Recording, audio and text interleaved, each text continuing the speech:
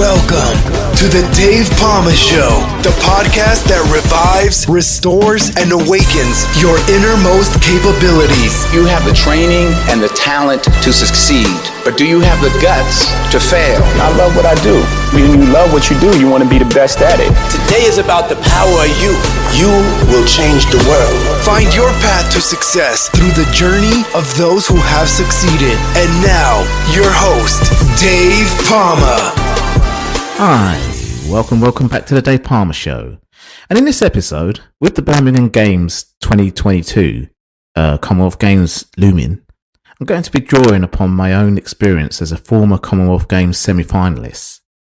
I'll also talk about a case study athlete that gives you an insight into how athletes from across the world will be preparing to compete at this major international sporting event. And I'll beg the question that from familiarities of venues to having no jet lag to contend with and tried and tested nutrition readily available, does home advantage really benefit athletes? And how do they combat panic? So here's my experience. I was invited to compete at the 1998 Commonwealth Games after running a good couple of seasons, over 800 in particular, to represent my country of my mother's. So I'm British. I did the British Olympic trials in 1996 before that. And I thought it was a great privilege. And I took it on. I thought, yeah, because I was near the end of my career. I was 31 in 1996. 96, so I would have been 33 at the time of the games. And then I had one after another adversity come across. So my brother died in a car crash in January when my training was going so well. And then I stopped training for a while. And then I came back and then I started doing some speed work. My hamstring got pulled. And later on that year, my mother got diagnosed with breast cancer. And on top of all that, I was dealing with a very toxic workplace with poor leadership. So not exactly the kind of preparation I really needed for the games. And I'm from the UK, so I was doing all this in the UK. Although, as I say, I was representing a Caribbean country, which, as you know, they have some very good sprinters and other athletes now. Really, it's getting on an even ground now around the world. So anyway, when I pulled my hamstring in March, I didn't train until probably July, and I was actually going to pull out the games, but everyone said, no, carry on, do it. And I thought, okay, I will. And then I started slowly training again, just doing some speed endurance and speed, just trying to get some background back, because I did do a little bit of background up to Christmas the year before, and then did a few races and was running okay, and then went to the games. But of course, the mindset wasn't there, to be honest. I didn't think about it at the time. To be honest, I really enjoyed the atmosphere of being at these games and being invited to be part of this great privilege, really. Almost like a wild card entry, if you like. But, my times wasn't as good as the best there was there. But I could have improved, along with it if I'd have carried on the training without all the negativity that was around me. So I just ran, to the best of my ability that I could. As I said, I ran in the semi-finals, so that's not too bad to be able to have the mindset to do that. But it wasn't as great as I'd liked it to have been. And it ended up being my swan song, meaning it was my last race ever that I did. And it's on my YouTube channel, so you can see it. So let's try and address this question anyway, because when I was in the race, the Commonwealth Games that I did was in Malaysia. The first time ever it was in Asia, and I was actually in the lane or one or two lanes next to the Malaysian athlete in both the races I did, and of course the crowd roared and said, "Yeah," as they do, when you've got the home athlete there. It didn't really distract me too much, but I can understand, where there's athletes trying to get, especially if you're a really good athlete, and then you're not getting all that ego boosted because the also ran home athlete is getting all the, cheers and everything. And this happens in any sport, by the way. You know, you get a lift from your own home team, home country or team or whatever, you know, if you're playing. And that's the advantage, I suppose. Or is it? So let's go back in time. I'll talk about one of the greatest races in my mind, and an almost forgotten athlete, a former world record holder, Philbert Bailly, and his gold medal winning run from 1974, which changed the nature of middle distance running. Because that's what I was doing. I was doing 800 though. He did slightly longer middle distance running.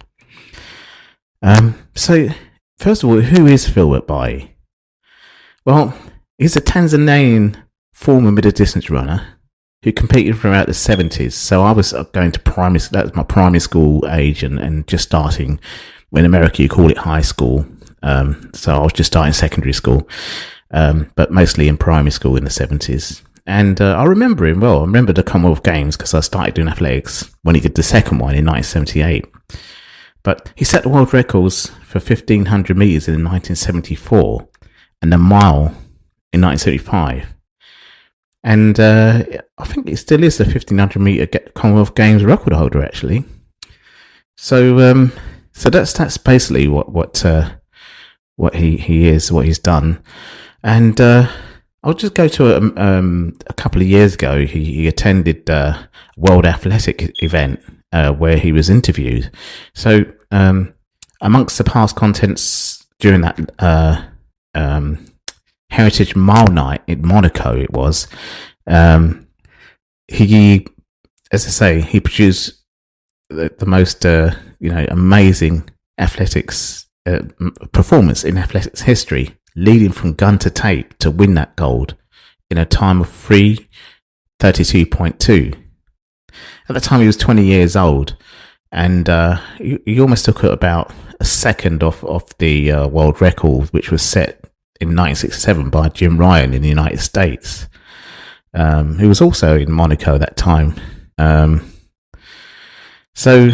And also with the home runner, meaning the games then was held in New Zealand, and he was running against John Walker, who was the big star. He actually went on to win running the Olympics in 1996. I think he won it actually.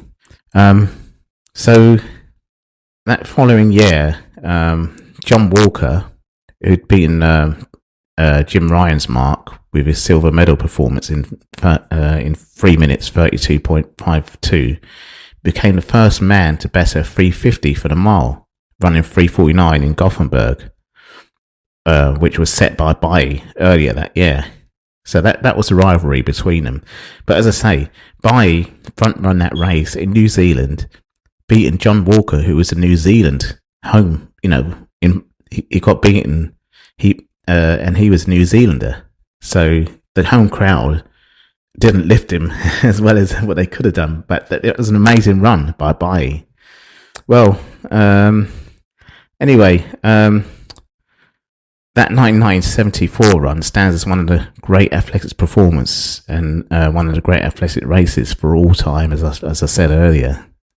So when he was speaking, he had an opportunity to view the closing stages of that competition in Christchurch, and Bailly reflected on that. He said that when he arrived in New Zealand, nobody took much notice of him. He said his friend John Walker was a citizen of New Zealand, so the money was put on him. But John knew Bailly, and he knew that something might happen there because there was also some very good Kenyans there, like Ben Jipko and Mike Boyd. He was an amazing athlete as well, actually. Commenting a little later in the evening in Monaco, Bailly added, John was watching him, and when he was running in front of him, they didn't expect that he'd win the race. John knew that maybe he would die, but Philip Bailly was prepared for that one. Bailly said he had already decided upon his race plan following success at the 1973 All-African Games in Lagos, where he'd won the 1500 metre title with a front-running performance that had defeated a field including Kenya's double Olympic champion Kip Keino. Now, he was amazing as well. So he felt he would do the same as this front-runner in New Zealand, he said. He knew that he'd be a front runner because nobody recognised him, and that's what he did. People thought they'd get him in the final 200 metres, that he was taking it easy, and when John Walker was coming close to him, he accelerated in that last 100 metres.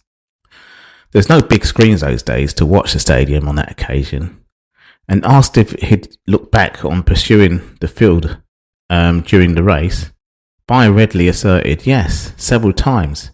In the corner, he saw them before the last 200 metres, and again, with 50 metres to go, he turned quickly and saw a black shirt and knew it was John Walker.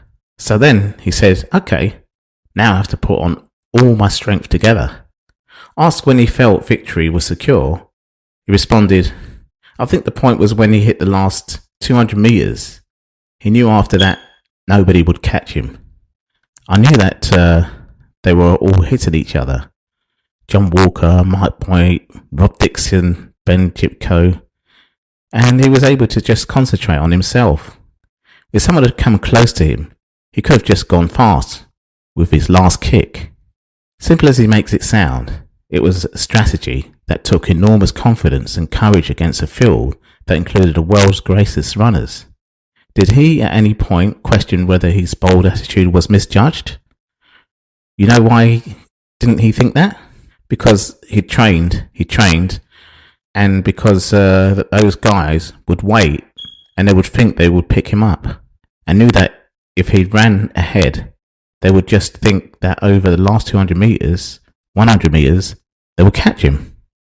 And he was calculating in his mind, making some mathematics there. And he said, okay now, I think I can see you on the clip of 50 metres.